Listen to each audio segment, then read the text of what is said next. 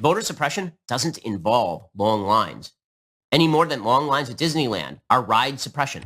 Conservative commentator Ben Shapiro went on a rant about the backlash to new voting restrictions in Georgia, arguing that, in his mind, making it harder to vote is actually a great thing, and went on to say this. It hands state officials more power over local elections. Even before the legislation passed, many voters of color in Georgia faced hours-long queues at the polls. By the way, voter suppression doesn't involve long lines, any more than long lines at Disneyland are ride suppression. You know what voter suppression is? Voter suppression is where you don't get to vote. Ah, yes, ride suppression. Ride suppression, voter suppression, exact same thing. If I have to wait an hour to ride the teacups, you have to wait 3 hours to go vote. That's democracy. How can anybody possibly take this guy seriously? Voting is a right. Is riding the teacups or Space Mountain, is that a right? It is unbelievable, the kind of shit they will defend. How can you possibly claim that America is a democracy when you're making it harder and harder and harder and harder to vote? And by the way, even if you want to take his analogy at face value, people have not gone on rides because of long lines.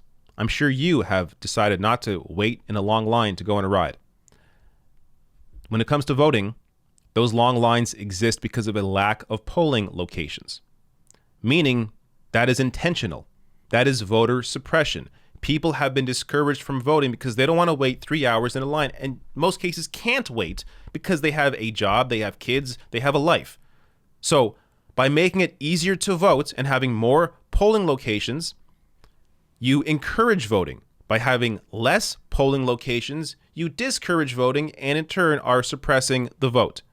Now, as a Canadian, but by the way, I'm going to get some tweets as well that reply to this insanity. But as a Canadian, let me give you my experience. I've never had to wait more than 5 minutes to go vote. In my experience, this may not be for everybody here, but in my experience, I've always had a polling location that is within walking distance to me. There are enough of them that there are never long lines. And registration is automatic. Everybody sent their voter information card. It tells you the day to vote, your polling location. It's all very easy. In fact, let me show you as well the ID aspect of this, since this issue always comes up as well in the US.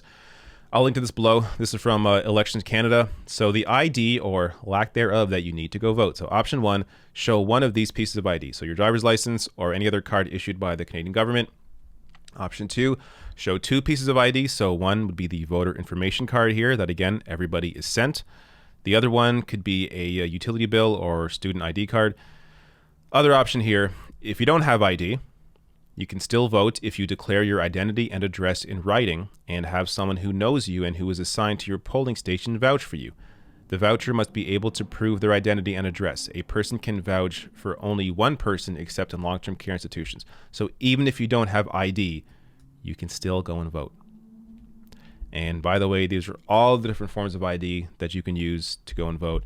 And last thing here, just so you're aware of this, they also accept expired ID because all they care about is the name and the address.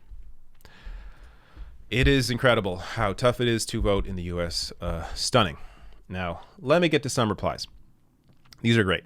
So Quarantine Vibes here tweets out, good analogy, Ben, because if you pay extra at Disney, you can skip the line, just like how wealthy versus marginalized communities have vastly different voting experiences. Great point here. If you're in a wealthy community, maybe you've never had an issue voting in the US, but it's very different in marginalized communities where there's usually a lack of voting locations. Vash here, great reply saying, yet gun waiting periods are a suppression of our right to own firearms. Curious. So this is what conservatives will argue, that that's suppressing the right, but when it comes to voting, perfectly fine to suppress the right.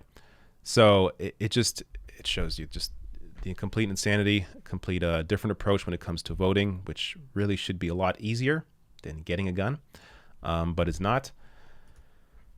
Great reply here as well. Ben Shapiro was praised and mainstreamed as a conservative intellectual. The bar was so low. Yep. The New York Times did a video on who they called the cool kids philosopher, Ben Shapiro. That was an article back in 2017. It has aged horribly, clearly, and Just, I mean, it's one of the reasons why anybody still even pays attention to him, the fact that he was propped up back then.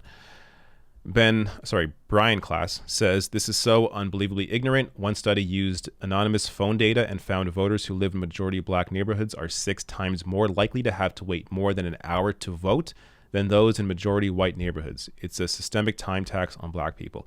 This is absolutely correct, and there's a Vox piece on this. Minority voters are 6 times as likely as white voters to wait more than an hour to vote. I'll link to this below as well, so you can read more about that if you want. More here. This tweet says, who will ever forget how civil rights proponents who fought for decades to pass the 14th Amendment, giving black people the right to take a ride on Magic Mountain, or how long it took to pass the 19th Amendment, giving women the right to ride the teacups at Disneyland. Very funny. Last one here. This is my personal favorite tweet. Can you imagine getting paid to do nothing but think of this bullshit all day? It's like a private form of welfare for rich ignoramuses who have no useful skills whatsoever. Thank you, Steve, for putting it so well.